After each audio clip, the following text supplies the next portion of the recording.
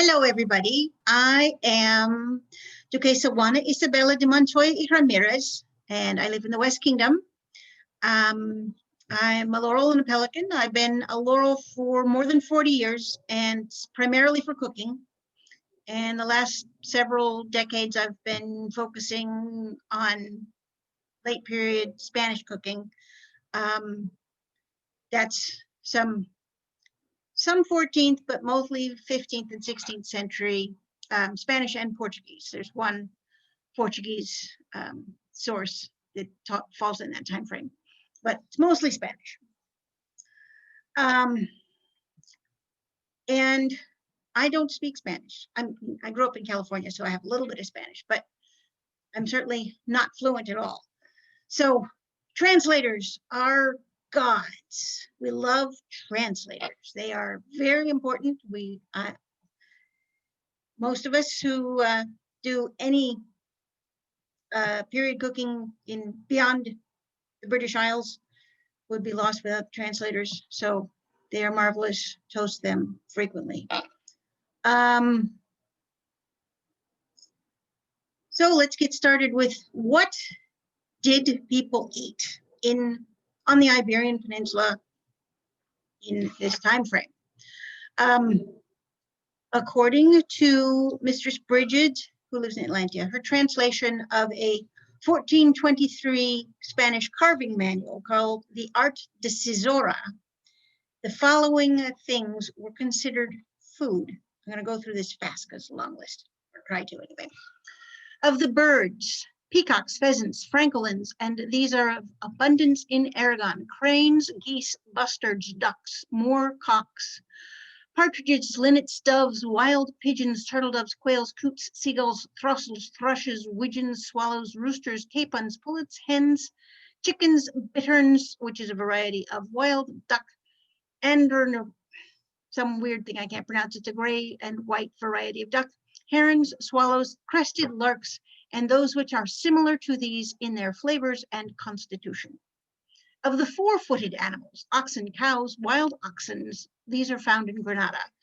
Deer and fallow deer, fawns, roe deers, gazelles, which are also found in Granada. Hares, rabbits, mountain goats, young hares, boars, suckling pigs, kids, sheep, goats, ewes, he-goats, jerboas, these are found in Majorca. Camels, otters, hedgehogs, badgers, she-goats, and those of this nature and those of similar constitution.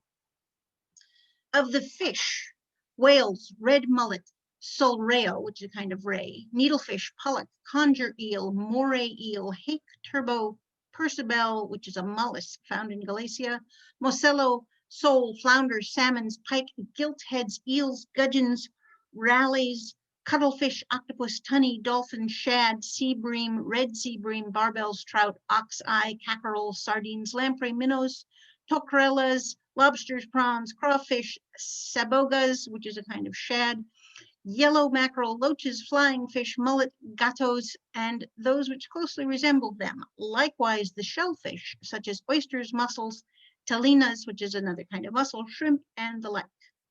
Of the reptiles, snails, freshwater tortoises, and such. Of the fruits which are cut and peeled and divided, melons, citrons, cucumbers, snake cucumbers, pomegranates, figs, black figs, grapefruits, orange, lemons, pears, apple pears, quince pears, peaches, priscos, which is a variety of peach, walnuts, chestnuts, hazelnuts, acorns, pine nuts, pistachios, and those of that class.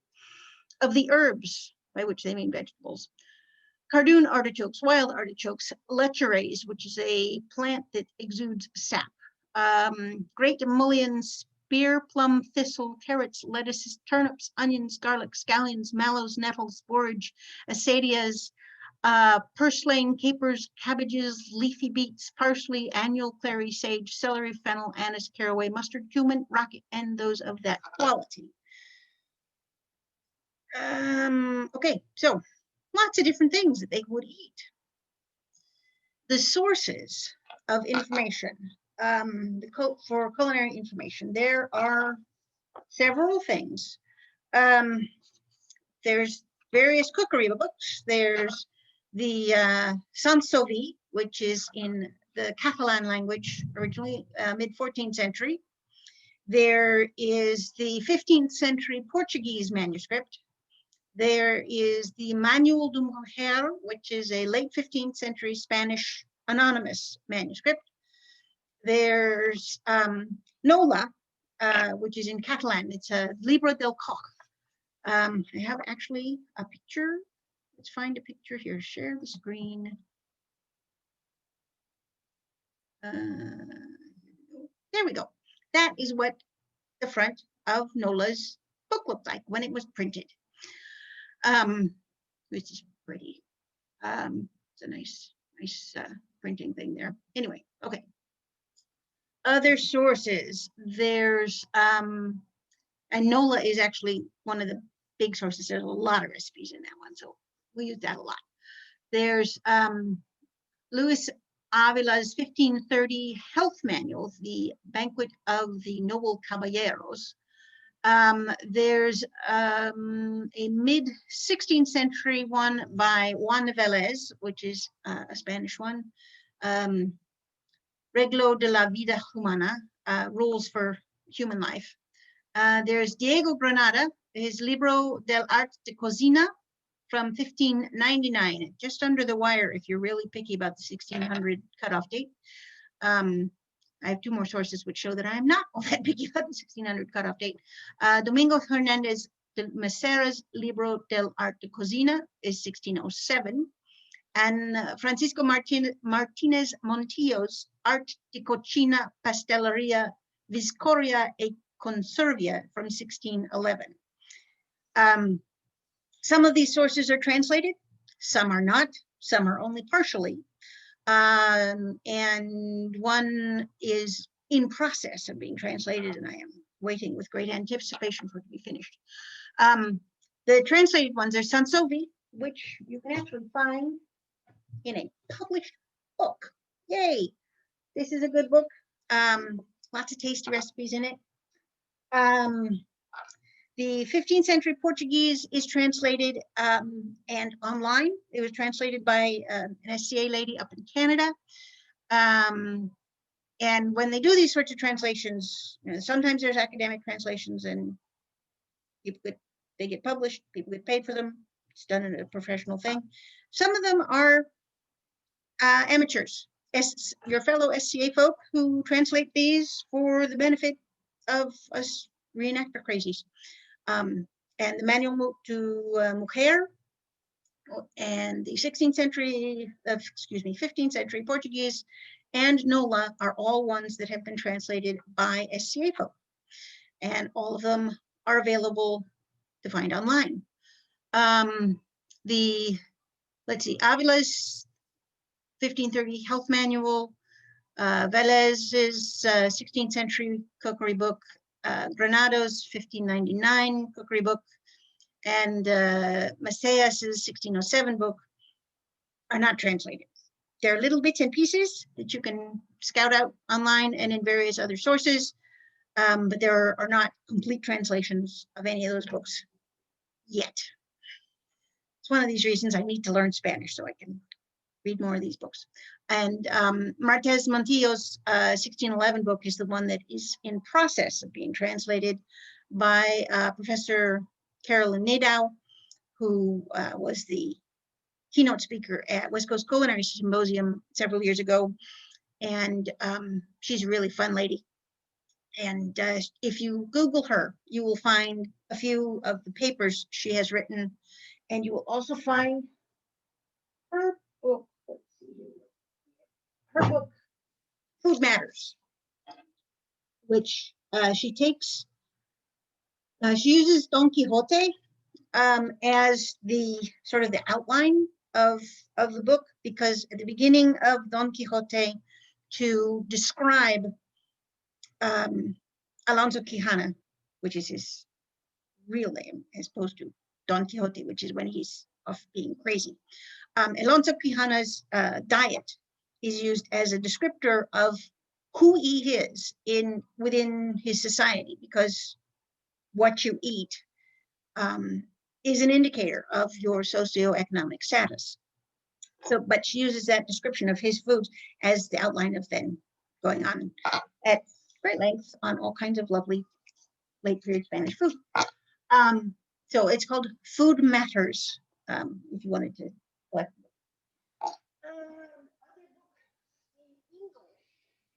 I have books in Spanish too. Don't do me any good at this moment, but you know, you get them when you can find them and then figure out how to read them later. At the first table, Food and Social Identity in Early Modern Spain by Jody Campbell is another one. And she goes into great detail about how food indicates your socioeconomic status. And to the late period Spaniard, well, to everybody, but especially the late period Spaniards, your place in society was extremely important. Very hierarchical. This one is a little gem I picked up ages ago. Food Conquest and Colonization in 16th Century Spanish America. How food reflects how the colonial powers used and all kinds of nasty colonial things to the indigenous folk in the Americas. It's a good study of food and economics and lack of morality. Let's see, there's also Eating Right in the Renaissance by Professor Ken Albala. Professor Ken is way fun. We love Professor Ken. Anyway, he's written this one, it's Eating Right in the Renaissance. So it's Spain and Italy and various other places, but it's got some good bits on Spanish things, as well as Italian and other places. For those of you up in Antler, you should all be happy and proud that you are the home of the Midrone Culinary Guild. They write these marvelous little things, The Feudal Gourmet. And they did one on late period Spain. It's very good, and it's just a little pamphlet, so it's cheap.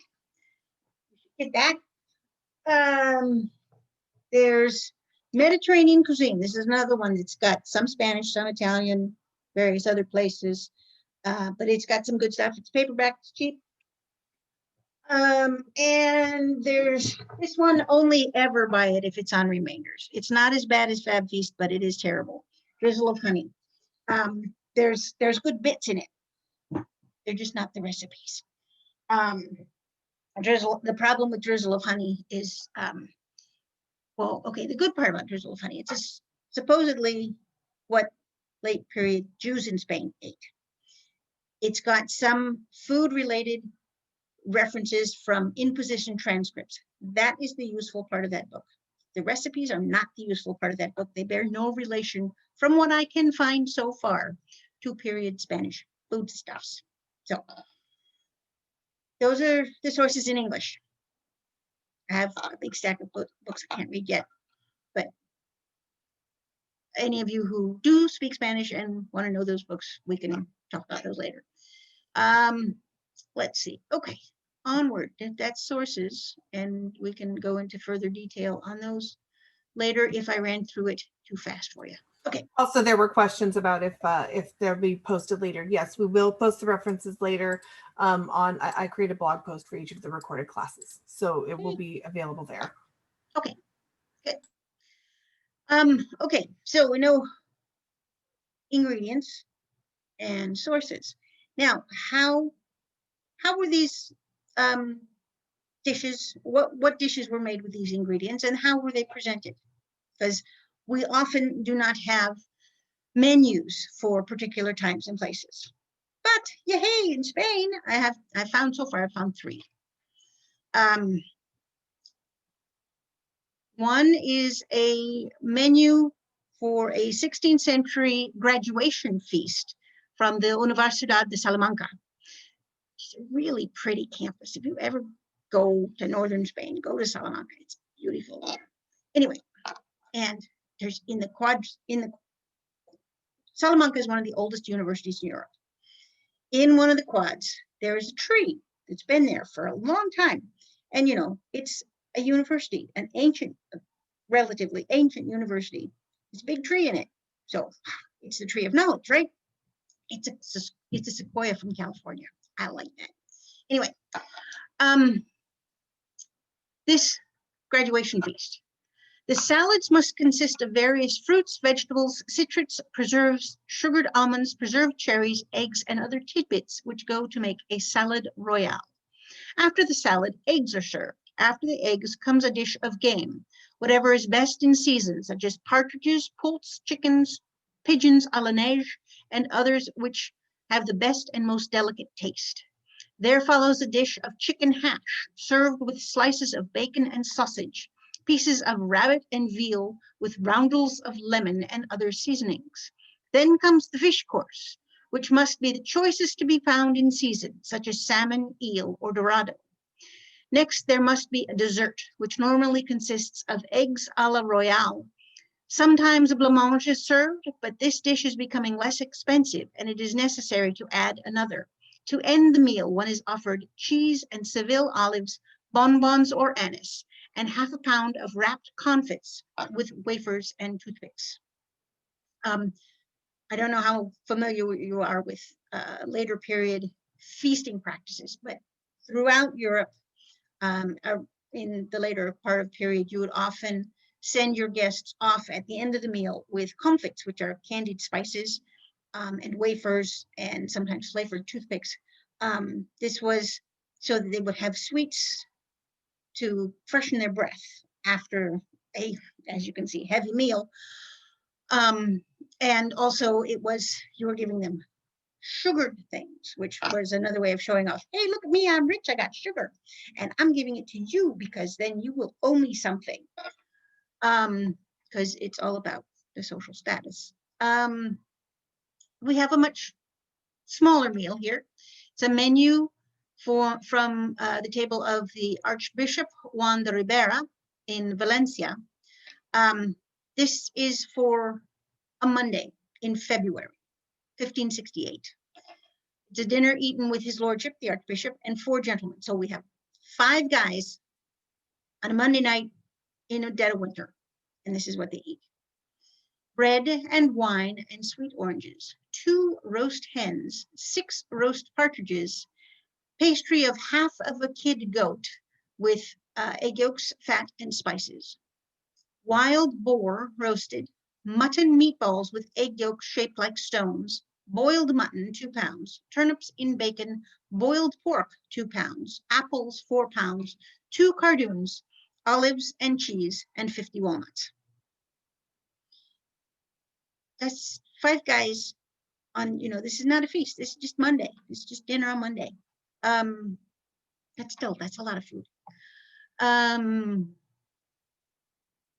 Hopefully they are, sharing this out with their servants or something, or otherwise these guys are just. And the other one I have here is for a Christmas banquet. This was served by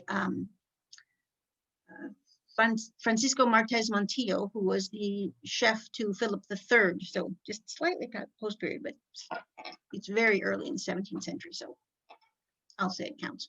And it's Christmas, so it's a big dinner.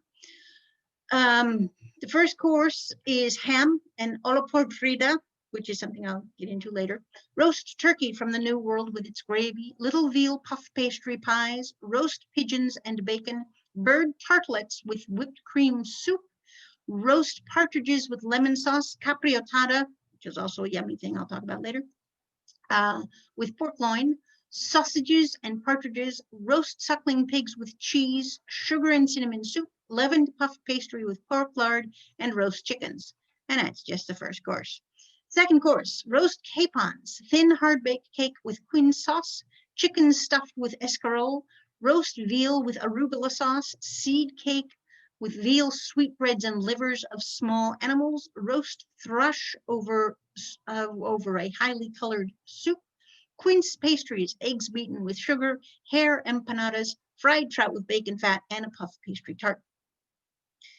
And there's another course.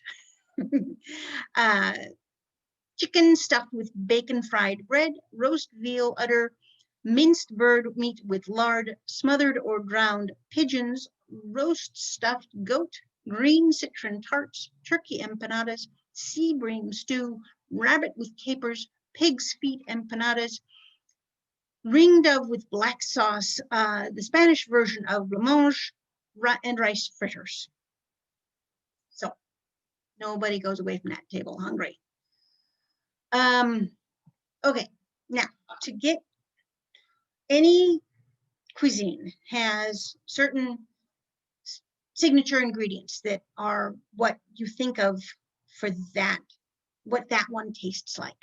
It's like if you think about French food tastes like butter and garlic, and other very, very French things you associate with French cuisine. And German cuisine, you think of potatoes, sausages, things like that. As I said, any cuisine has a signature taste. So to try and figure out what were the signature tastes of late period Spanish food, I did an ingredient analysis of the 15th century Portuguese, the Manual de Mujer, and Nola, because all three of those have a lot of dishes in them. So you could figure out, if you only had a few sources from a few recipes from one source, that sort of skews your results. But if you have a lot of recipes, it gives a better statistical basis. So now I just need to find, because I opened all these documents, let's find ingredient analysis. Here it is. There we go. Okay. Not over. From the Manual de Mujer. The Manual de Mujer is it's a 15th century household manual with recipes for foods, perfumes, cosmetics, and medicines. There are 29 recipes that are food recipes. Household manuals. There are a lot of translations of late period English household manuals, but this one is a Spanish one, but it fills a similar niche. It is designed for the lady of a grand manor, because she is in charge of running the household. So she needs to know how to preserve the foods, how to make the medicines, and other things, other concoctions that need to be made to help run the household. So that's what the Manual de Mujer purpose is. It's, as I said, a household manual. But of the 29 food recipes, we've got the most commonly used nuts are almonds. They also use pine nuts, walnuts, and hazelnuts, but by far almonds, which makes sense. Almond milk being a common element in period cooking pretty much throughout the Middle Ages and the Renaissance. Lots and lots of almond milk. But they used almonds for other purposes as well.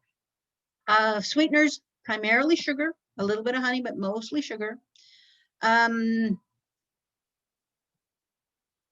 Grains was mostly flour and bread. It wasn't like grains full of porridge and pottages and that sort of thing. You'd actually make the grains into flour, into bread, more often than not. Animal fat, the primary fats were animal fats, and mostly from pigs. Sometimes from birds and goats, but mostly from pigs, far more than olive oil. And there's a reason for this. I mean, even in modern cooking, but certainly in period cooking, if you have a north-south division in Europe, there's a line. North of the line, you cook with butter. South of the line, you cook with olive oil, except over in Spain. And the reason for that is political, because if it is expected that you cook your food with pig fat, this is a way of proving that the forced conversion you and your family had to go through for the Jews and the Moors who stayed in Spain after they were supposed to be kicked out. It's either leave or convert were the options. And nobody was very nice about this. Very, very adamant about leave or convert. And, this is the land of Inquisition. It's do this. And one way of proving that your conversion was sincere was to cook your food in pig fat. So pig fat is the common thing. They used a lot of eggs. And when the eggs were separated, there was far more usage of yolks than whites, but they would also use just the whole eggs. They use a lot of birds, a lot of mutton, but not, even though there's using a lot of pig fat, there isn't so much eating pork on its own. So I'm not sure what they did. Obviously, they make the beautiful hams that come from Spain and other cured meats, but there's not so much call for pig itself in the recipes in the Manual de Mujer, because there's others too. Of the spices, cinnamon was the most frequent by far, but also salt, clove, ginger, anise, and flower waters, usually rose water, sometimes orange flower water, but more often rose water than that. This one, as most, there are more recipes for flesh, whether it's meat, birds, fish, than there are for strictly vegetable or fruit-based dishes. I don't know why, but so there's not a lot of fruit or vegetables in the Manual de Mujer. There was some cheese and some usage of milk, but not a lot. The 15th century Portuguese, that one has 64 recipes, so a bigger statistical set of things. And this book was written for the Princess Maria when she married Alessandro Farnese. This one also more almonds than other nuts, pine nuts some, but mostly almonds. The sweeteners were vastly more sugar in various forms, a little bit of honey, but a lot of sugar. And as I said before, sugar is a way of showing off that you're wealthy. And this is a book for a princess. One would assume being a princess means you have a fair amount of wealth. This one also, again, grains are mostly made into flour, which is then either used as flour in the recipe or made into bread. Also, this one of the fats had more butter. It still had a lot of animal fat. And when I say animal fat, I'm meaning like in a modern recipe, if you chop up a little bit of bacon, or if you're using bacon grease as your fat, that's what I mean. They'd often refer to this as pot grease.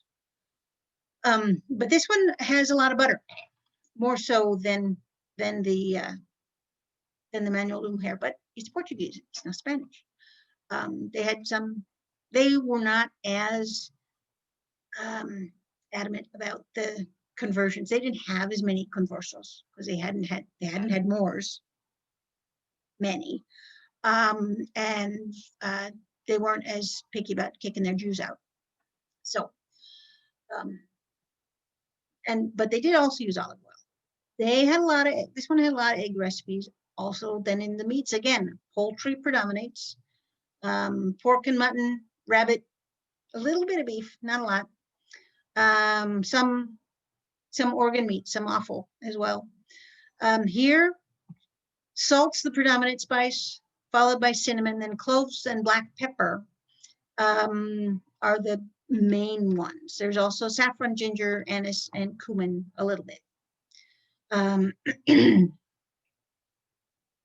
This one for herbs, we've got cilantro or coriander.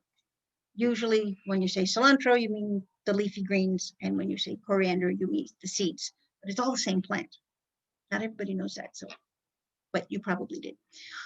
There's also one in there called chichero verde, which could be green onions, could be parsley, could be chives, not sure. Sometimes you just use a mixture of those, but it's a green herb. They also use mint and parsley. Then for veggies, onions, lots and lots of onions.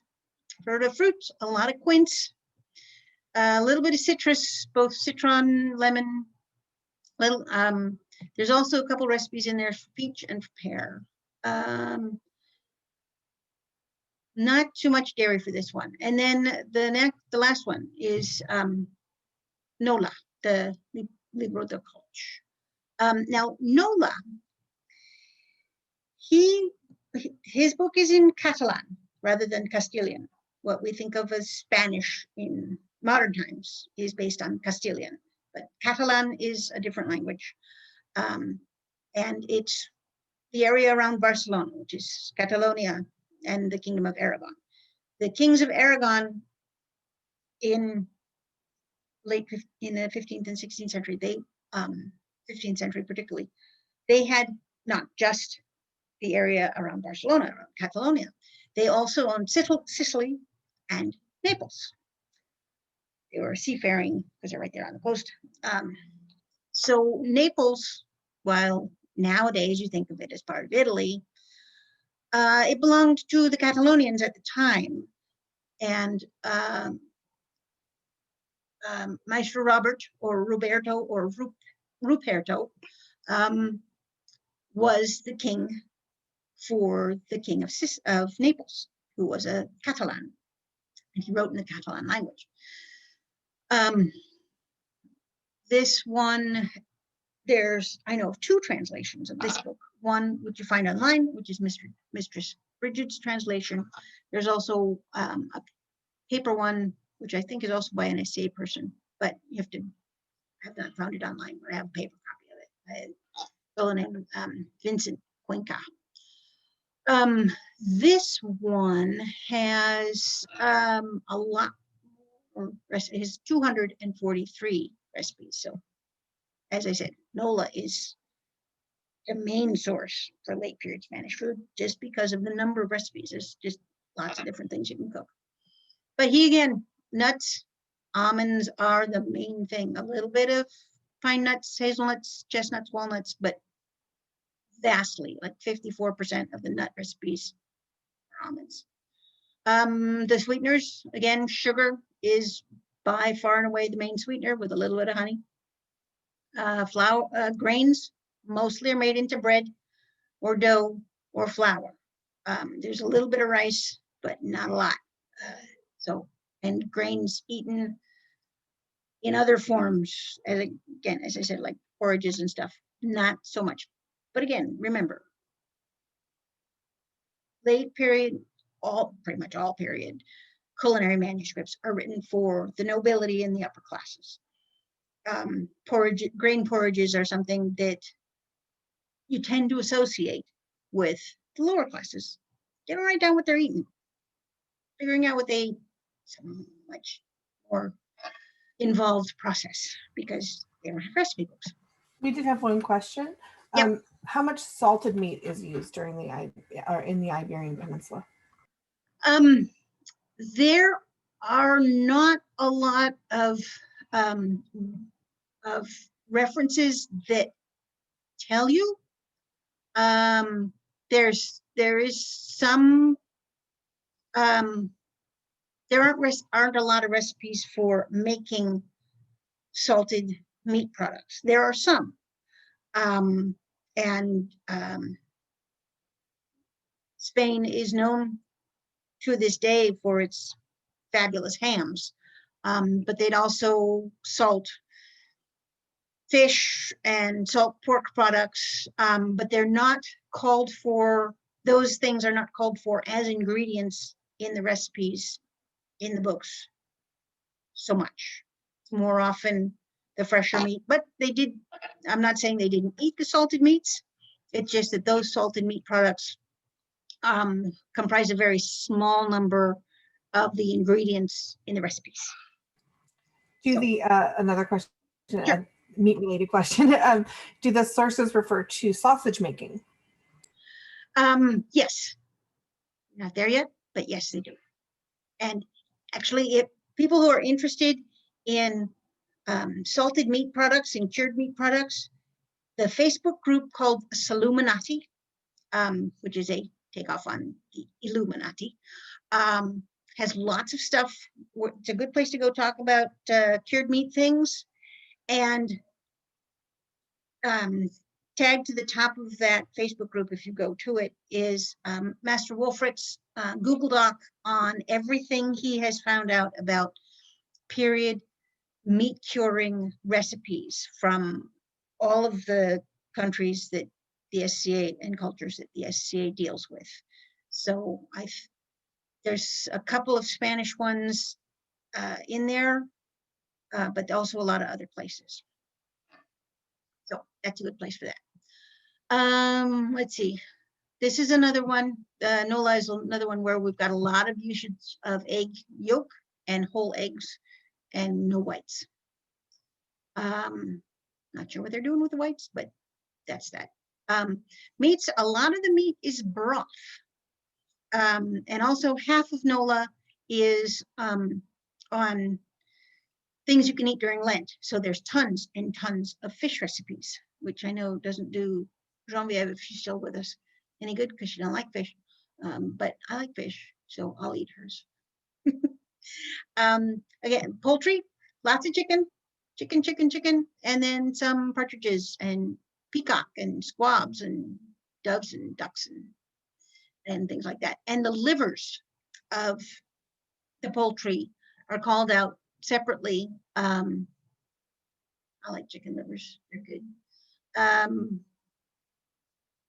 Of four-footed critters, there's a fair amount of sheep, fair amount of offal organ meats, goats, mostly kid, so you eat the goats when they're young. Rabbit, there is in NOLA. NOLA has one recipe, the infamous recipe for cat, which I read to my cat when she is naughty. Being a cat, it does no good at all. But just if your cat is naughty, you will tell it that you will chop off its head and bury it in the dirt for a day, and then dig it up the next day and roast it with garlic. Cat won't behave anyway, but that is how you cook a cat. NOLA also, cinnamon is the main spice, followed by ginger, and then salt. There's also pepper, saffron, cloves, nutmeg, galangal, long pepper, grains of paradise, and then various other things, but in all of these. So you see, you're getting similarities. There's a lot of cinnamon, there's a lot of broth, there's a lot of egg yolks. So you're getting an idea of what are the flavors of this time and place, which was the point of the ingredient analysis. This one has, being longer, having 240 some recipes, has more veggies in it than some of the other guys did. But again, we're primarily with the stinky veg, the alliums, onions and garlics, a little bit of leek. Then some leafy greens and some legumes and eggplants and gourds and things. But that's, so it's another one. You're getting a repetition of what are the common things. Let's see, what do we got? Oh, fruits. We had a lot of grapes, which is good. I like grapes. And a lot of dried fruits. So we may not have so much in the way of the preserved meat products as ingredients, but we do have preserved fruit as ingredients. Okay, and a lot of cheese. I like cheese, as we know from the class I did a couple weeks ago here on very cheese making. Okay, so that is the ingredient analysis part of my notes here. Let's just skip over that. Spice mixes. There are a lot of spice mixes. Anybody who's done some period cooking will perhaps have noticed that the recipes will say, and add spices, or add fine spice, or powder fort, or powder deuce. And you go to the grocery store and there is no, well, okay, if you go to the Pike Place Market and some of the spice vendors there, they will have a powder deuce because they have one that the Madrone Culinary Guild told them, this is how you make powder deuce or powder fort, and they will sell it to you. But most of us, what's powder juice? What's powder fort? I don't know what's in it. And it varies from time to time and place to place. What is in a powder fort or a powder deuce? The powder deuce in Spain actually is often called Duke's powder instead of powder deuce, because it sounds the same. It's not necessarily that this is what only Dukes ate it. It's just called Duke's powder, but Duke's powder in Spanish corpus is the same as powder deuce pretty much. And there's a couple of different recipes which say actually what goes into the Duke's powder. And most of them, it's a lot of sugar with a little bit of spice. A little teeny bit of spice. Okay, here's one. A quarter cup of sugar and a teaspoon of cinnamon, a teaspoon of ginger, a quarter teaspoon of cloves, a teaspoon of nutmeg, a half a teaspoon of galangal, and a quarter teaspoon of cardamom. And that's one that's not as sugary as one of the others I've got here for you. We've got one that is a pound of sugar, half an ounce of cinnamon, a half an ounce of ginger, an eighth of an ounce of cloves. So a whole pound of sugar. Got a little teeny bit of spice. And that one is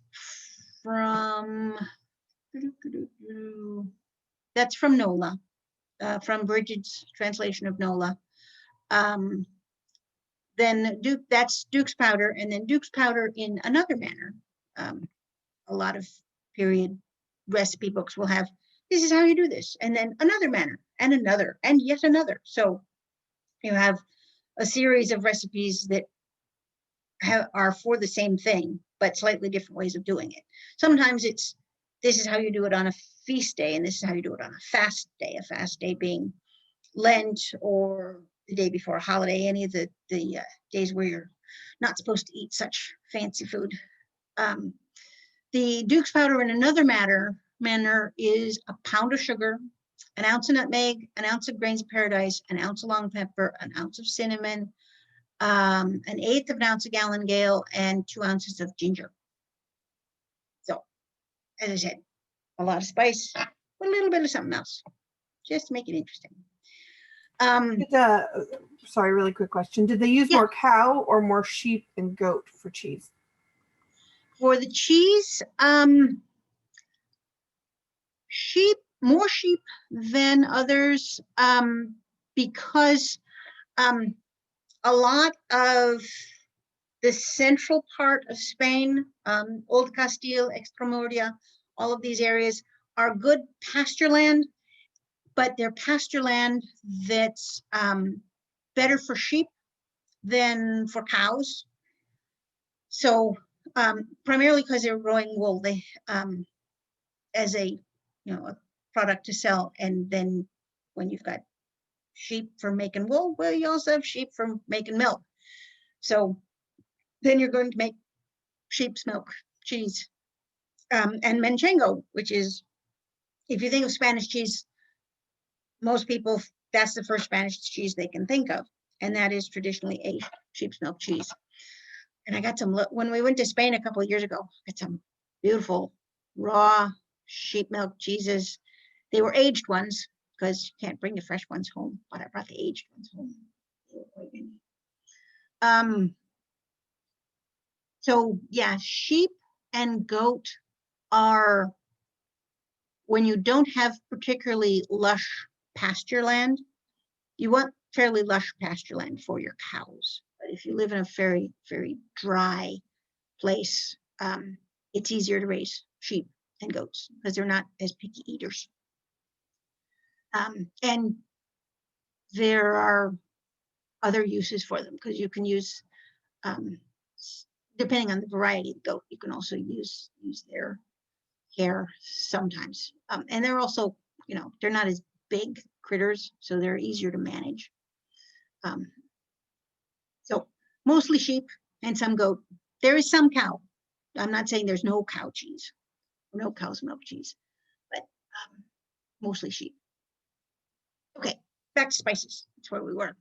Fine spice. There are fine spice mixes, and there's fine spices as a just referred to as add fine spice in NOLA. He several times he just says states add fine spice or fine spice with saffron or fine spice without saffron. But he's got 3 recipes where he actually tells you what are in his fine spice mix. There's one that's ginger, mace, nutmeg, green coriander, and parsley.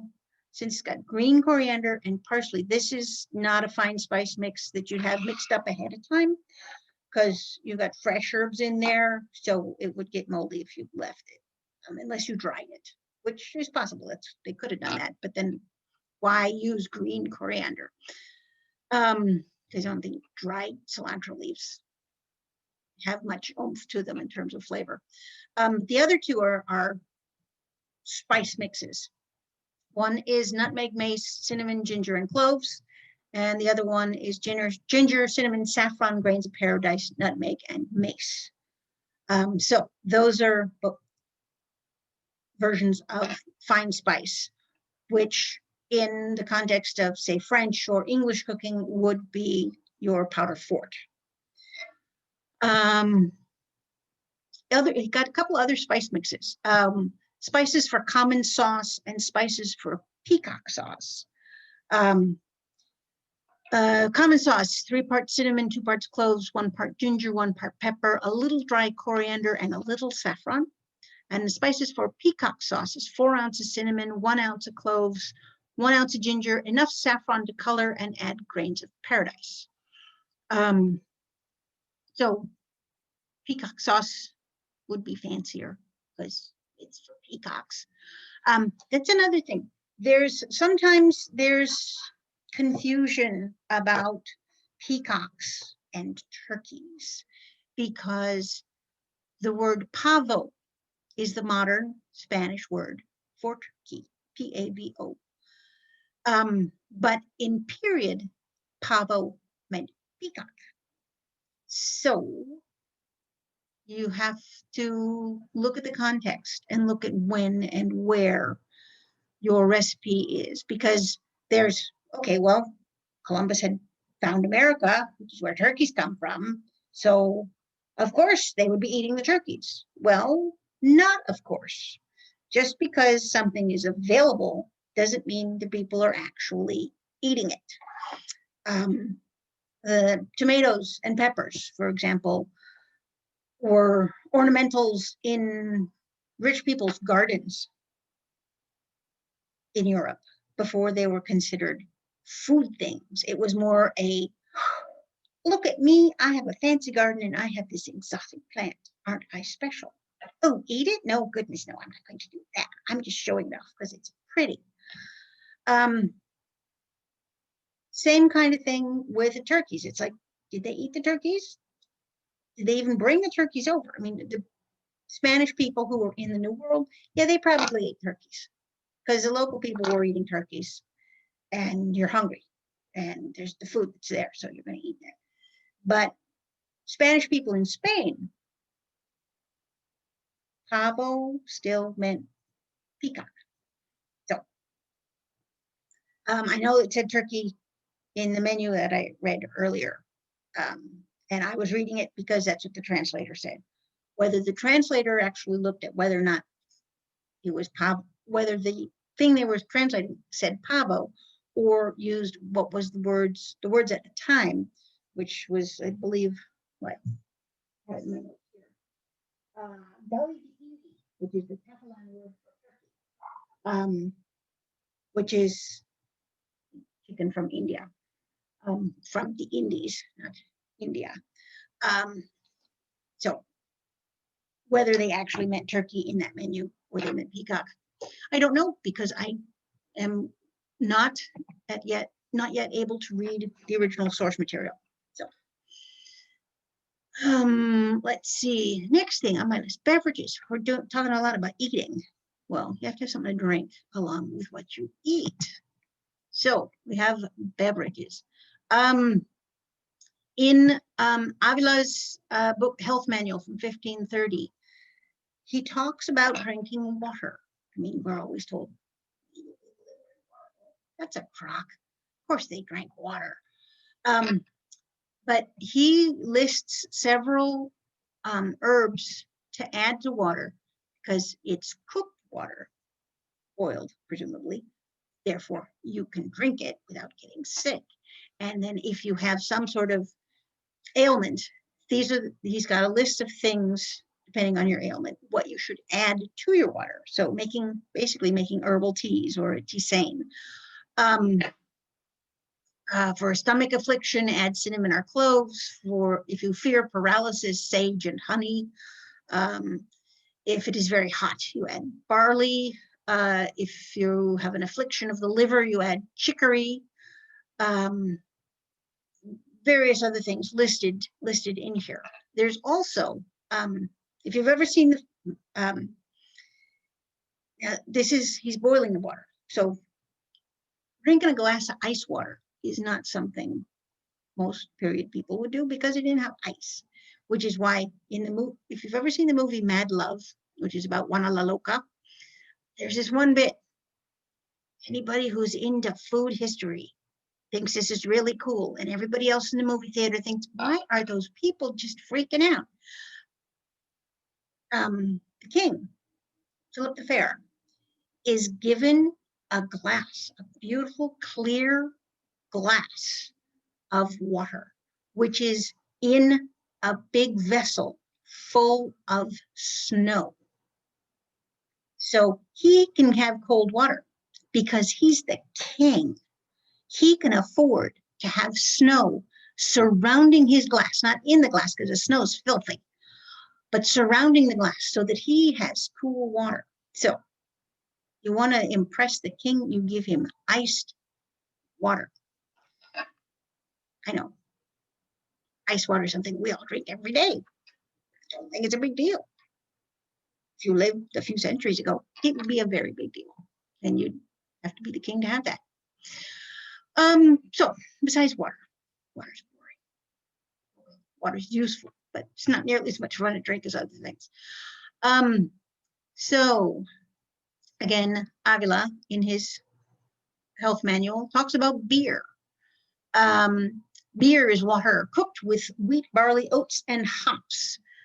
And it's a good thing. Beer must be made under conditions fresh and cold. But although it causes gross humors in the bodies compared to wine. So, and heavy beer makes more gross humors. So there are benefits to beer, but it is not a refined drink. It is not something that ladies and gentlemen so much would be drinking, but they shall be drinking wine. And sometimes it's just you're drinking wine, and sometimes you're drinking spiced wine.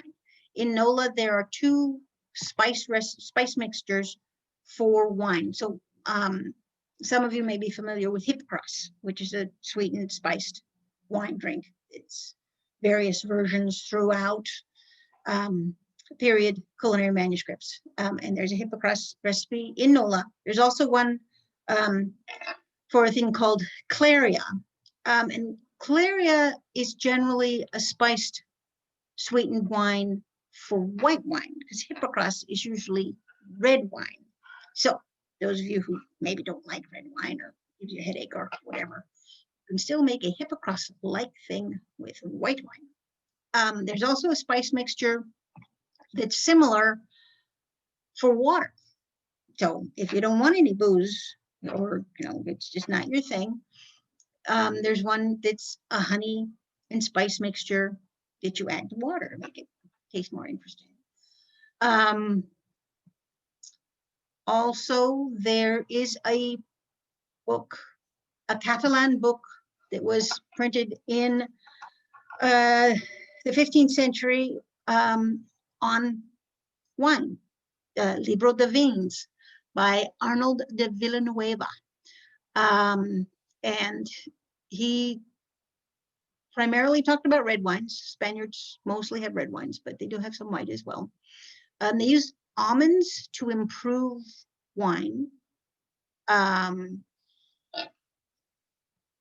And got this thing where about winemaking, he says the vats must be well washed and cleaned with salt water, and when they are dried, they must be fumigated with incense and myrrh. In vats that are thus prepared, wines are well protected and will not spoil. Francis Ximenes, I'm not pronouncing that right, but anyway, he wrote a book where he talked about all kinds of, it's a moral treatise and dealt somewhat with food and drink. But one thing he said here about wine: in the beginning of the world, God created wine for men's health, since it is more precious than any other drink and more natural to him. So, according to this fellow, the natural thing to drink is wine, and often. Okay, another, besides the culinary manuscripts, just in any culture, literary sources are also an interesting place to find out about what people are eating and drinking. And in those cultures that don't have any recipe books, that is one of the first sources then to go to is the literature, because you're talking about people living their lives in stories, and part of living your life is having something to eat, having something to drink. So I have some references from Don Quixote, and from, there's also a description of the feast in Triangle Blanc, which is a chivalric romance of the late period, which actually was one that is referenced in Don Quixote. Lots of bread and cheese, and particularly in Don Quixote, the food, it's mostly, we're talking about Sancho, we're not talking about Don Quixote himself very often, because Sancho is much more of the hedonist of the pair. He's much more inclined to eat and drink. So cheese, lots of fruit, lots of bread. Got one, oh, and here's one, sheep, specifically calling out a sheep's milk cheese. But there's one passage in here we've got, oh, and we have fresh cheese too. There's one passage in here, let me find it. It has a lot of talking about. Oh, here's one, references carobs, filberts, and walnuts, and dried fruits and herbs of the field. So, they're out there traveling around. So things that you can forage, herbs of the field. You can forage greens and make a nice salad with them in some places if you know what you are looking at. If you don't know much about what plants are what, I would not recommend that. But if you do know what you're doing. Okay, we've got this one in part 2, chapter 20. We talk about a whole ox that is spitted on an elm tree, 6 stew pots, a whole sheep, countless hares, plucked fowls, wildfowl, game of various sorts, the whitest of bread, well-made cheeses arranged like brickwork, 2 cauldrons full of oil bigger than those in the dyer's shop, which was used for cooking fritters. Another cauldron prepared with honey, because you're going to cook the honey to clarify it, to make sure you got all the little bee parts and wax out of it. Suckling pigs, spices of different kinds, and you would approach the cooks and beg permission to run a bit of bread into the various pots they were using. So it's a variety of things. And here's talking about an olla supper, an olla podrida, which, as I said, I'll get to that. Olla podrida is really a cool dish to have. We got fruit, we have roast partridges, stewed rabbits, pickles. Reference part 2, chapter 47.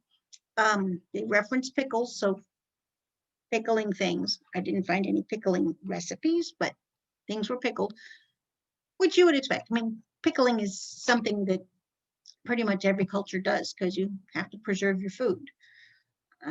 Food is fresh, dried, pickled, or scarce, or pickled or salted or scarce. Here's another one that has a fair number of things. There's a beef salad with onions. I made that one. It's good. Beef salad with onions, boiled calves' feet, francolins from Milan, pheasants from Rome, veal from Sorrento, partridges from Morin, and geese from Lavajos. Cow, goat, bacon, hung beef, turnips, and onions, and again, an olla podrida. And we've got another one where we've got acorns and cheese. So there's, as you can see, there's a fair number of food references in Don Quixote. Oh, and there's one for it. You often don't have references to specific kinds of cheese, but there's a reference, part 2, chapter 66, for Tronchon cheese, which is not an easy cheese to find, but I did once. It had to mail order it, so it was kind of expensive to do, so I don't do it all the time. But Tronchon cheese, the best description of it is, if there was such a thing as triple cream mozzarella. Just think about that and let your tongue be happy. Triple cream mozzarella. That's what Tronchon cheese tastes like. Okay, that sounds super amazing. I just have to. Yeah, it is. I wish that the source I had for it was not like far away and had to mail order it. Okay, so that's for literary reference, and that's just Don Quixote. I mean, there are a lot of other things, pieces of literature from that time and place that you could mine for more food information, as Professor Carolyn did in Food Matters. Now, one of the things, when I started out in the SCA, I had a German name. Not really a persona. We don't do persona so much here in the West, but German name. And I switched to Spain. I switched to Spain for the cool clothes and the chocolate, because if you're a late period Spaniard, you have an excuse to have chocolate. So that's what's next, chocolate. It is still post-period. The earliest references to chocolate, to the earliest recipes for chocolate drink are post 1600, but not by a lot. So I'll let that squeak by. And Europeans knew about chocolate well within the SCA's time frame. Earliest in Columbus's fourth voyage in 1502, we have a reference. That's the first reference I could find to Europeans being aware of chocolate. We have Cortez in 1580s. His men knew about chocolate. There is. Do you know what the earliest recipe for chocolate is? Somebody asked. I'm getting there. I'm getting there. Ah. I have made it too. It's yummy. There is a mention in 1588. There was a lady physician. Woohoo! Not many of those. Olivia de Nantes, a female physician, made a passing mention of cacao in her medical advice book, which was intended for the Spanish mainland rather than a colonial audience. So 1588, we have this. We've also got a Jesuit disparaging chocolate, asserting that those who had not grown up with it could not have a taste for it, and likened the frothy foam that it was like a drinking feces. So this Jesuit fellow really did not like it at all. That, or he was just saying that so he could keep it all for himself. I'm not sure.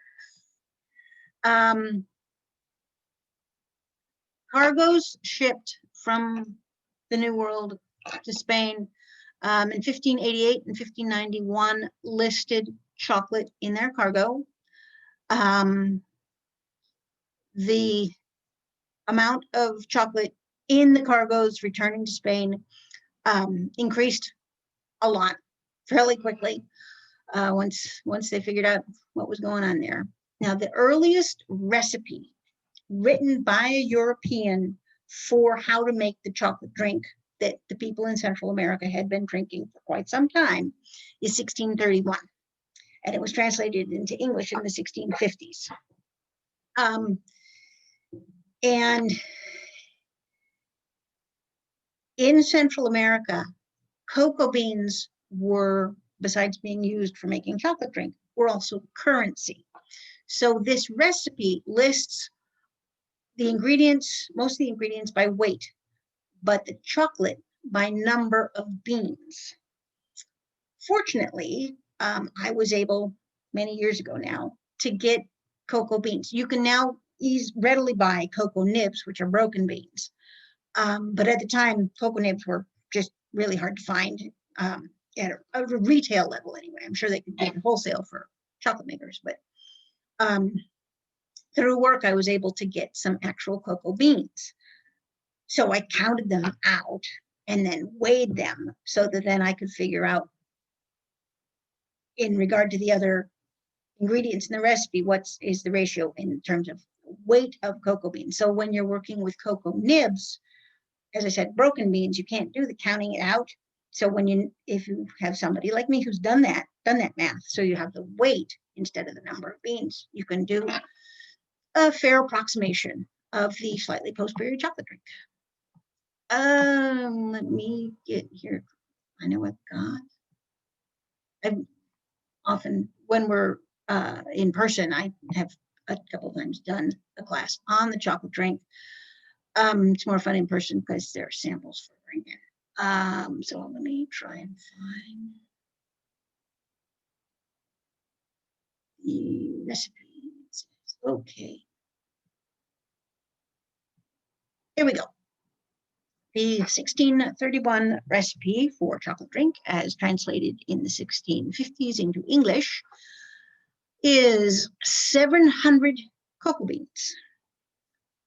It says of the cacaos, 700, of white sugar, 1.5 pounds, cinnamon, 2 ounces, of long pepper, 14, of cloves, 1/2 ounce, 3 cods of longwood or Campeche tree, or in its stead that of the weight of 2 reals, or 1 shilling of anise seeds, as much of agiote as it will give color, and there is about this the quantity of a hazelnut. Put in some almonds, kernels of nuts, and orange flower water. Now, this sugar to be put in when it is drunk, so that accordingly to that quantity, I shall hereafter set down for the cloves, which are put into this drink by the author aforesaid. The best writers of this composition use them not, so cloves are optional. The husks or cods of logwood or Campeche are very good and smell like fennel, and everyone puts these in because they are not very hot, though it is an excuse for not putting anise seed. So if you put in something that, if you like it anise, and a lot of anise in you can do that. The quantity of nut of antiote is too little for coloring. Achiote is annatto, which is used still to this day in food and cosmetics to make things red. Let's see, where's my...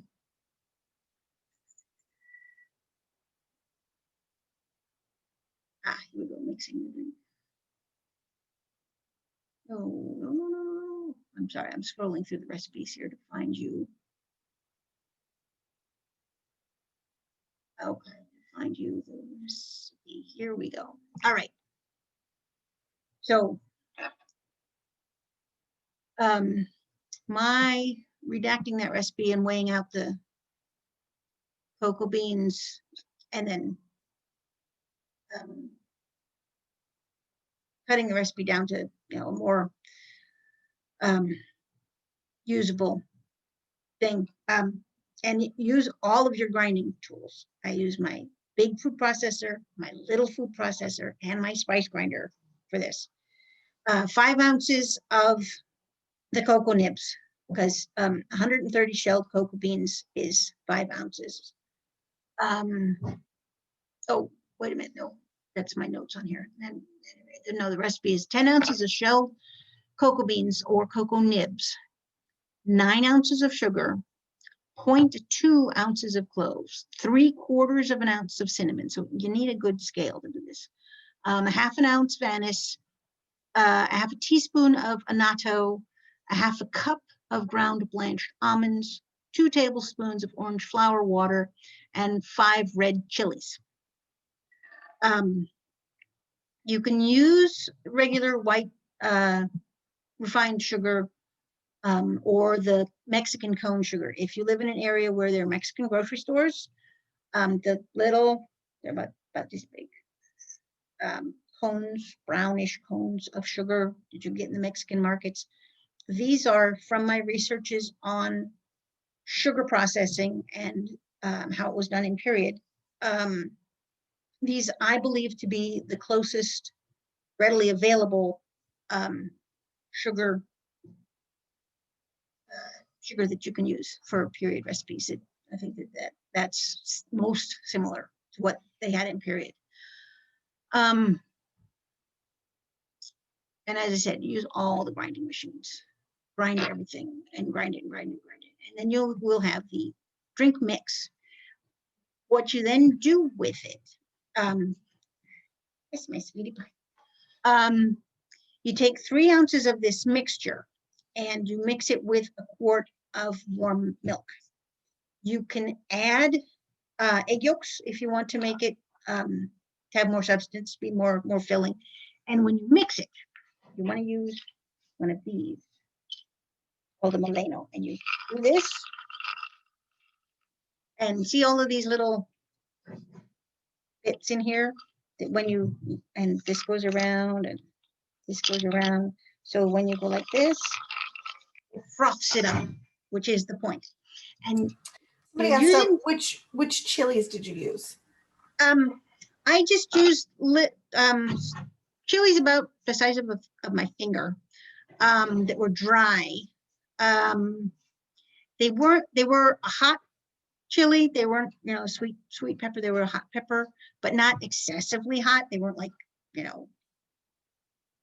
ghost peppers or any craziness like that. So I would use, whatever is available to you and that is to your level, desired level of spiciness. And if you really don't like it all that spicy, then you leave the seeds out when you put it in the mix, because that will make it less spicy. Yeah, a quart of milk, 3 ounces of the chocolate mix, stir with the Moleno. Oh, when I went to the Escorial was Philip II's palace. They had one of these in the kitchen. I was so happy when I saw that. I was wandering through the kitchen exhibit. I was like, oh, look at that. He has a Moleno. He added chocolate. Yay. You can get these at Mexican groceries for really cheap, or you can go to Williams Sonoma and pay too much money. So, and really cheap is like last time I bought one, it was like $4, I think, at the Mexican grocery. So these are good things. I have a couple of these lying around the house. They're also good for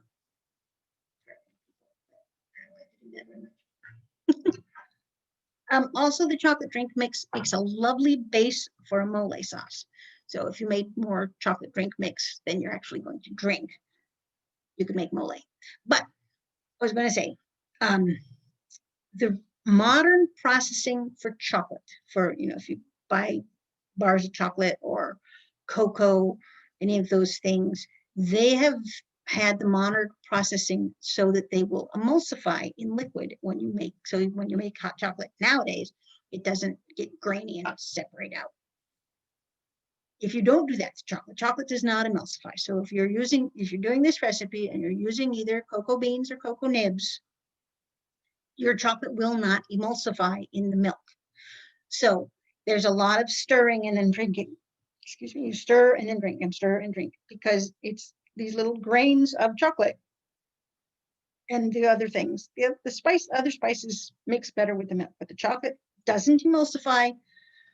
So you have to stir it a lot. It's still tasty. It's crunchier than your usual hot chocolate, but it is very tasty. It is not, don't swig down a glass of it thinking, oh, this is just regular hot chocolate, because you will be surprised. But if it's like, oh, I want to try this new and different thing that smells kind of chocolatey and spicy, then you're in for a treat, unless you don't like some of those ingredients. Then you'd probably just skip that. But it's chocolate, and I could go on at greater length on the chocolate. But that is not this class. This class is all the foods. Okay, let's see. The next thing on my little outline here.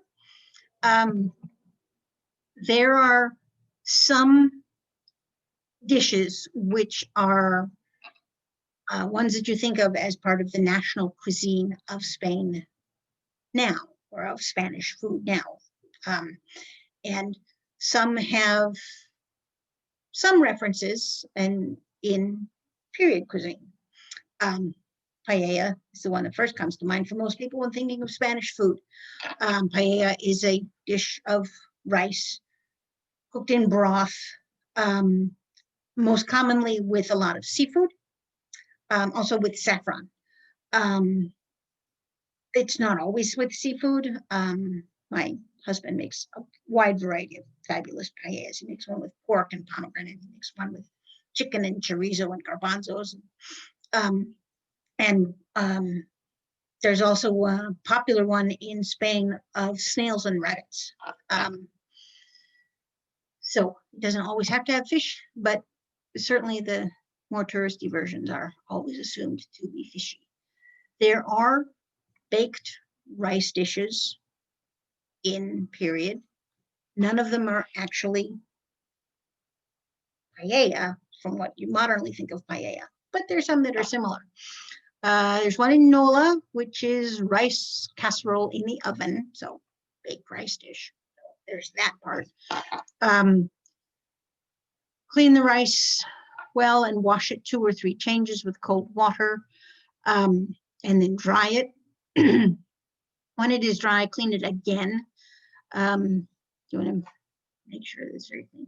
And then you are going to cook it in meat broth, which is very fatty, and put in a little bit of saffron so it becomes quite yellow, and stir it in the casserole while you're cooking it. And the broth should be well salted and fatty. And remove it from the oven, and then put whole fresh egg yolks on the rice and turn it to the oven so that the rice has a good crust on top, both from the cooking process and from the eggs on top. So other than the eggs on it and the broth, it's got broth and saffron, and it's rice, and it's cooked all together, and it has some eggs. So it has some similarities to paella, but obviously is not modern paella. The Manual de Mujer has a recipe for rice casserole, and it is rice and grated cheese, and add broth and salt, fatty broth. And on top, you put some thin slices of cheese and some egg yolks, and return it to the oven so that those all cook and melt on top.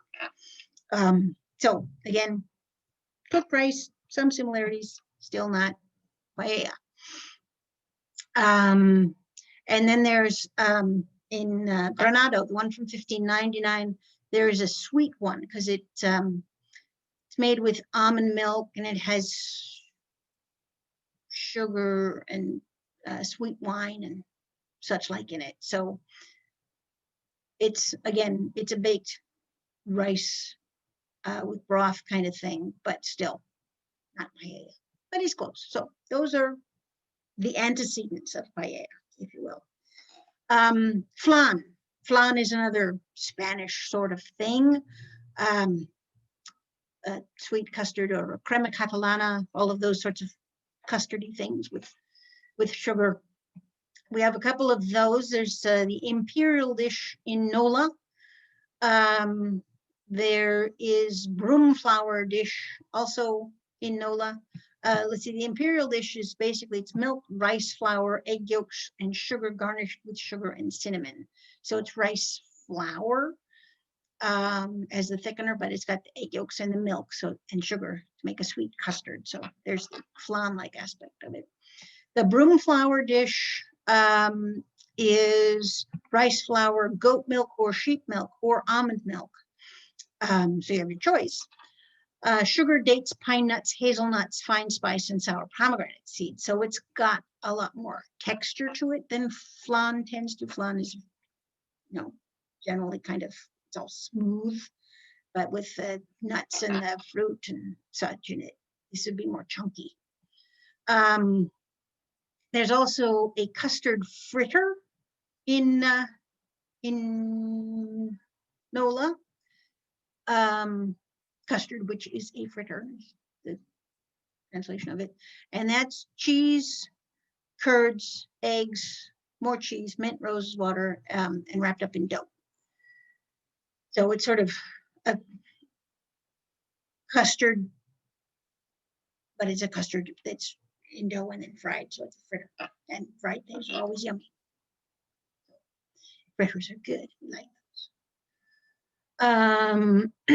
Let's see. The other one that you think of as not necessarily Spanish in Spain, but in Spanish influenced cuisines is ceviche, because at least I tend to think of ceviche more as Peruvian, but Peruvian cuisine, it's the Spanish speaking country, it's similar cultures.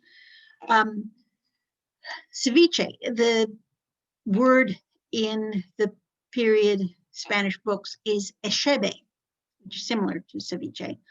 It's a method of preserving food in a vinegar-based sauce.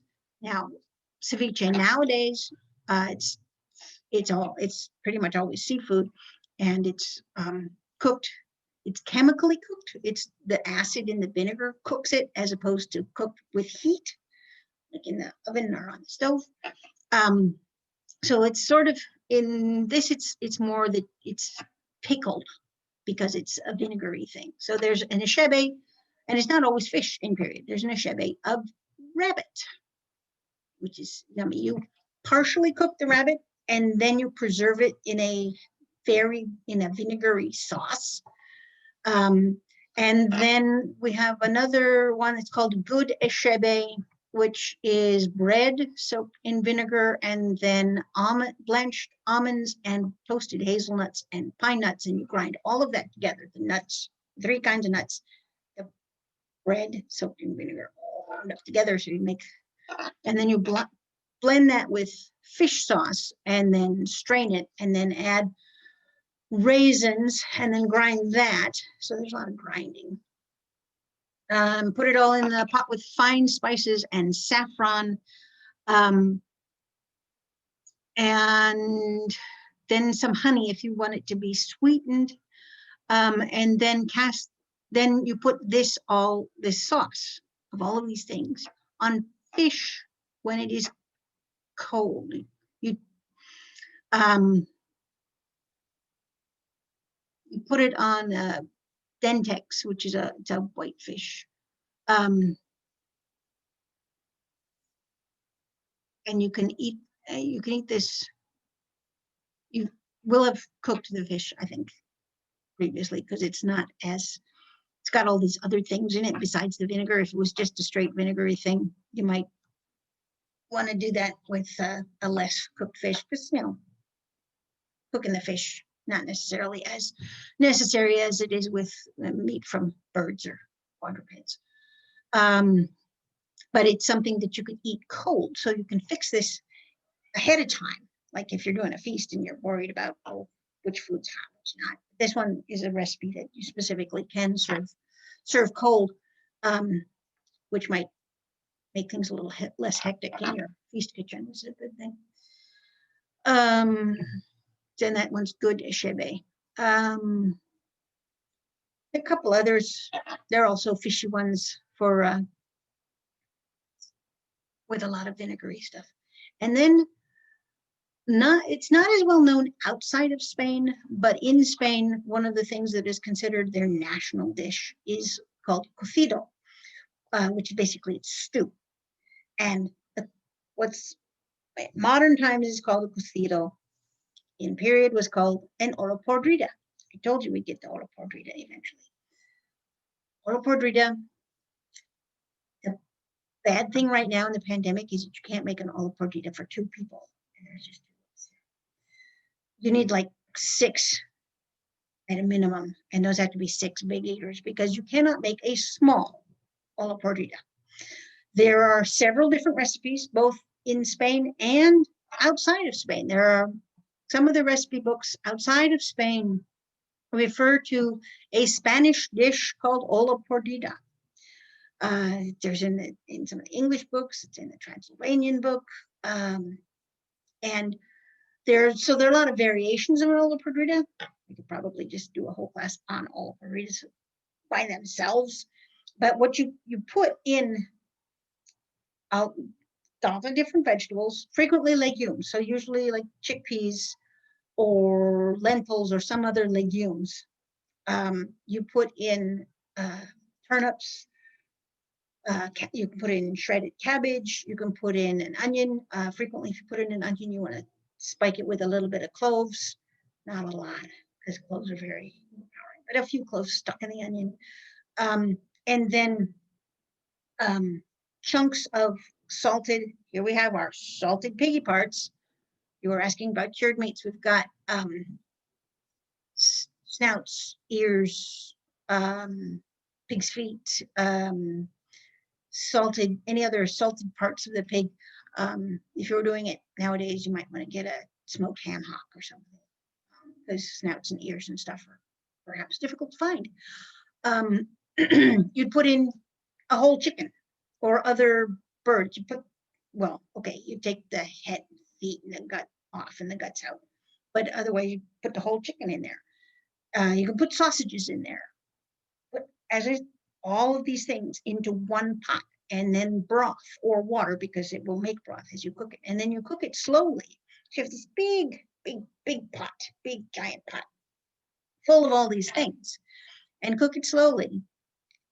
And then you have 3 different dishes because you take out all the meat parts and they're cooked, they're kind of falling apart, but you put them on a platter, and you take out all the vegetable parts and you put them on another platter. And then you have this really yummy soup. So you get 3 dishes out of one pot, which is great. You know, if you're feeding a lot of people, a lot of omnivorous people, since you're cooking all this stuff together, you got picky eaters, this does not work. But a lot of omnivorous people, a lot of food, one pot, very easy. If you're camping, if you're at an event and you're camping, only do this if you have a wood fire or charcoal fire set up, because it's a long, slow cook. So if you're doing on a propane stove or Coleman stove, you'll use up all your fuel. That would be bad. Or if you're doing a feast and you're cooking indoors, that would work too, because you could do one whole course that is primarily your olla podrida. And that would make, so you could just do that course of maybe that and some breads and cheeses and pickles and stuff. There's one course. So that might make your feast a little easier to do. So, but that is the origin of the modern cocido. You can put, but as I said, I could do a whole class on it because there's a whole bunch of different things you put. But as I said, some legumes, some roots, some stinky veg, some stinky veg, I mean aliums, like onions and garlic, or leeks if you have those. And then chunks of both you want a whole bird, chunks of whatever your favorite quadrupeds are. So lambs, pigs, cows, whatever, some smoked piggy parts, put them all in a pot. It's good. And it's easy. But as I said, not for a small dinner. It is a big dinner. So, yeah, I'm looking at my notes here on Olla Podrida, and they just keep going on. I should, next culinary symposium, maybe I'll do a class just on Olla Podridas. Let's see. What else? I have some notes on what, because late period Spain is the age of exploration. So we've got some stuff on what the explorers ate, but it was, what they found where they went. So it's not really indicative of what Spaniards were eating in Spain. So I think, and I'm going on and on and on and on, and you probably have questions or bored with my nattering. So I'm going to stop nattering. Oh, I'm going to show you some pictures. Let's see, we have this, I need to click on the share screen. Here we go. Pictures. Share, there we go. As I said before, this is the frontispiece from NOLA. I have other pictures here. You see the banquet picture? Is everybody seeing that? I'm just not sure if you're seeing what I'm showing. You can see that. Okay. Isn't that pretty? We had this fancy pie. This, I think, is a pie over here with big garnishes over on it. And we've got some, I think those may be, they look kind of like pears to me here, this on the platter. And we have bread, and those might be nuts or they could be shellfish. I'm not sure. But you also get to see the back of the outfits, which is also cool. And you see all these what we're actually seeing is NOLA cover JPEG. Oh, you're seeing the NOLA cover. You're not seeing the feast. Yeah. Oh, okay. How are you not? Let's see. How come you're seeing that? Let's turn off the NOLA cover. Oh, okay. I have to do screen share every time I change a picture. That's how that works. There we go.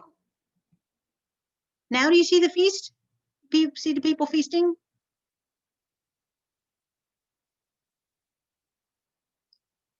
Lisa? Yes, now we see that. You see the people feasting. Okay. That's a fancy dinner. We like the fancy dinner. That is a fancy dinner. Yes, yes. Okay, so I see, we have to turn off the picture and then turn on the picture. I'm going to show you Lope's Kitchen. That's cool. Lope's Kitchen.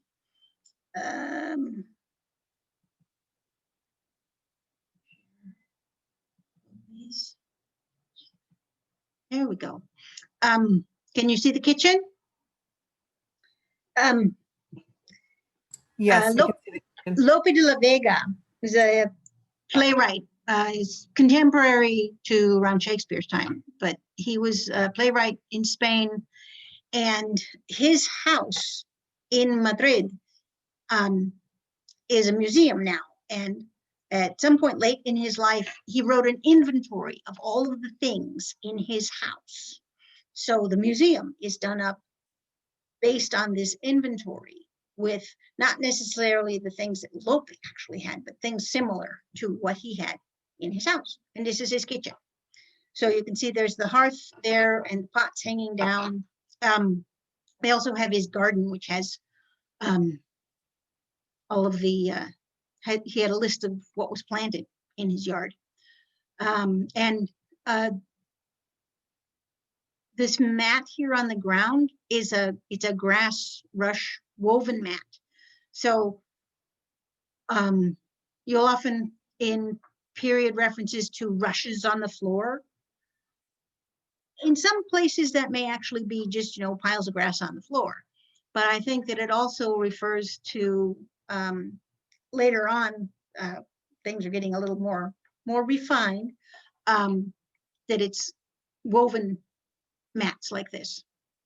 on the floor as well as just gnats, as opposed to just grass. You should be able to just move over to the next picture on the thing. Should I? Okay. Mm-hmm.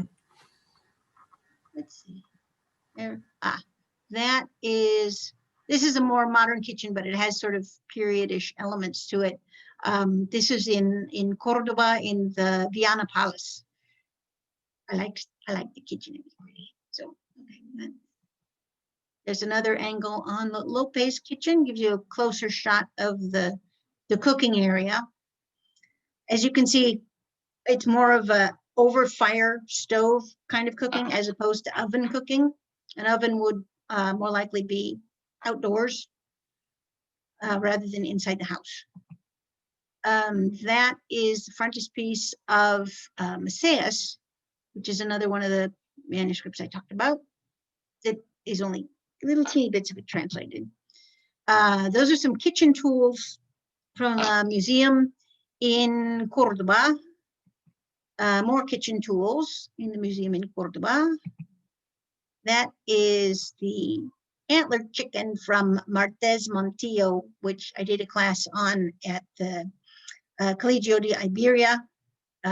If you go to the Colegio de Iberia YouTube, you can find all of the classes that we did then back in July, including my how to cook the silly chicken with the antlers. You stick the chicken's legs up behind its head so that they look like. I was gonna say, is that its feet? Yes, that is his feet. So you need to do this recipe, you need to be able to get a chicken that still has his head and feet attached, but you stuff it with all this yummy stuffing, and then you do what I refer to as uncomfortable chicken yoga and stick its legs behind its head. More kitchen implements, also from the museum in Cordoba, and a reflection of my sweetie pie in the glass. And there's the feast. Oh, this is Lope's garden with the things that he'd listed in his inventory. Okay, that is all. That's all those pictures. Let's see.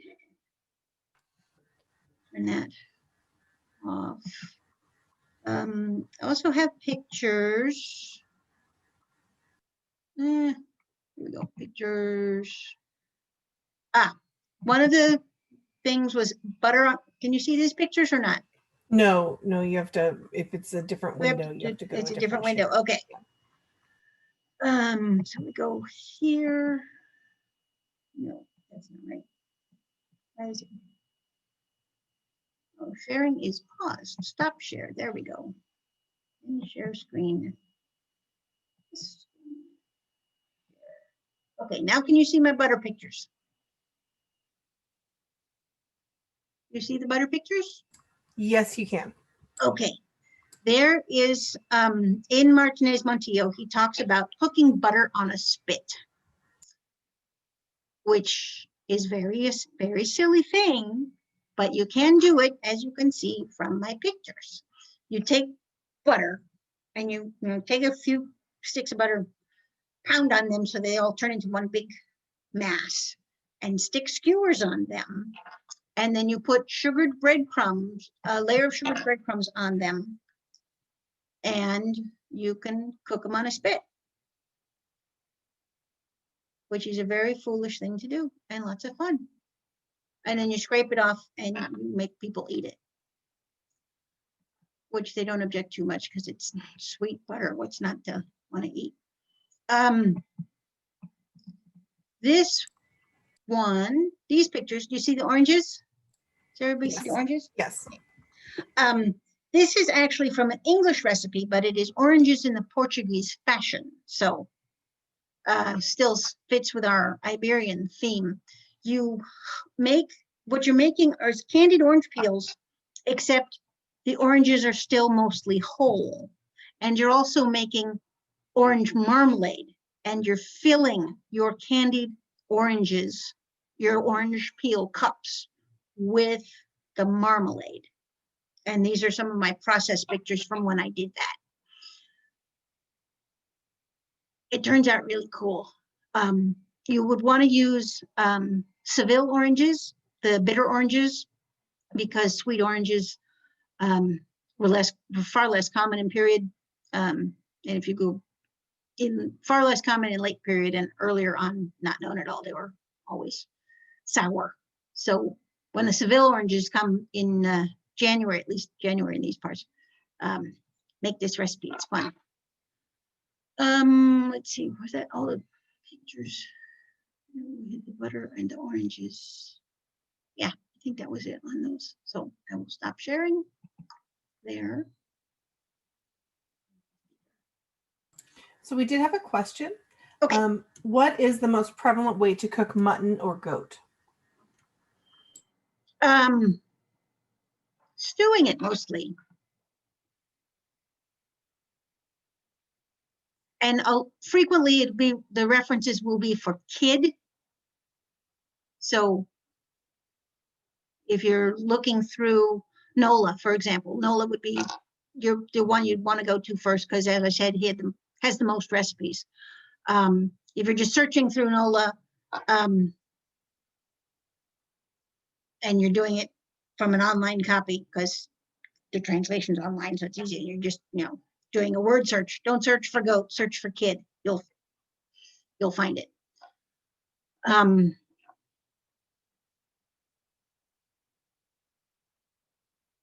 Oh, yes. Medieval version of the state fair butter on a stick. Yes, I see that. Do we have other questions? Anything else to go back over that you're confused on? Did I answer everybody's questions? Are you all now ready to go make Spanish food? Is it yummy? I wonder how much fish did the Portuguese, wow, the Portuguese eat? There's not that much fish in the Portuguese. Well, let's bring up Portuguese again. There is the 15th century Portuguese is, as I said, the earliest one I've got. The I know of that's specifically Portuguese cuisine. There is one that is outside the SCA's time frame. It's 1685, I believe, is the next specifically Portuguese manuscript. Let's see. Okay, there's Portuguese one. We have there's not a lot of fish in the 15th century Portuguese. There's lamprey. The only fish I've got here specifically called out is lamprey in the Portuguese one. And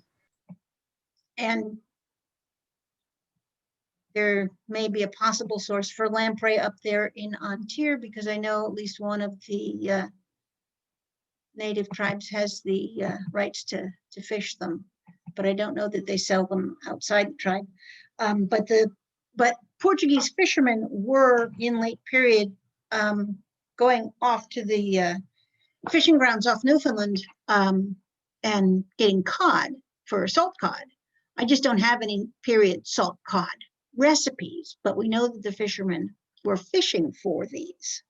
So, and those were often the Portuguese fishermen. So presumably the Portuguese were eating cod, possibly fresh and certainly salted. But otherwise, Portuguese fish dishes, I don't know.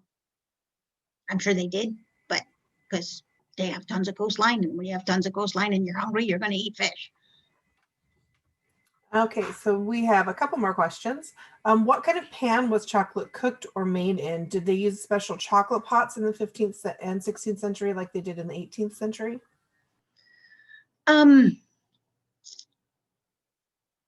They're similar in shape to some of the 18th century ones, but for a different reason. Because if you're using the Moleno, if you are stirring with this guy, what kind of pot do you want? You want a tall, skinny pot. A big, broad pot is a lot of wasted effort in trying to stir like this. But if you have it in a pot, a tall, skinny pot that you just fit this into, that works better. but there aren't that are extant pots, specifically chocolate pots from that time frame that I know of. There may be some, I just don't know. I'm just from the practical aspect, I would think pots of similar to shape to the 18th century, because the 18th century chocolate pots, at least the ones I'm familiar with, are also narrow and tall. So it may be actually a holdover from an earlier fashion from using Molanos. I don't know. Once we get past our period, until we get to modern cooking, the 18th century, not my thing, so I don't know. Okay, so let's see. Did they cook in mostly metal, or were things cooked in clay vessels? More clay, some metal, because cast iron for cooking, in our time frame, there are some references to the Chinese having that technology, but cast iron for Europeans as cooking vessels is post-period, as far as I know. So you could have metal pots that were riveted together, or that were pounded, metal pounded to shape. But metal's more expensive than clay. So if you're having a metal pot, you're wealthy. Joe average person has more clay pots. And the last question I have is, did I hear correctly at the beginning of the class that there is a translation of Arte Caesurea? The Arte Caesurea, there are partial translations. There is not a complete translation, but I have some snippets.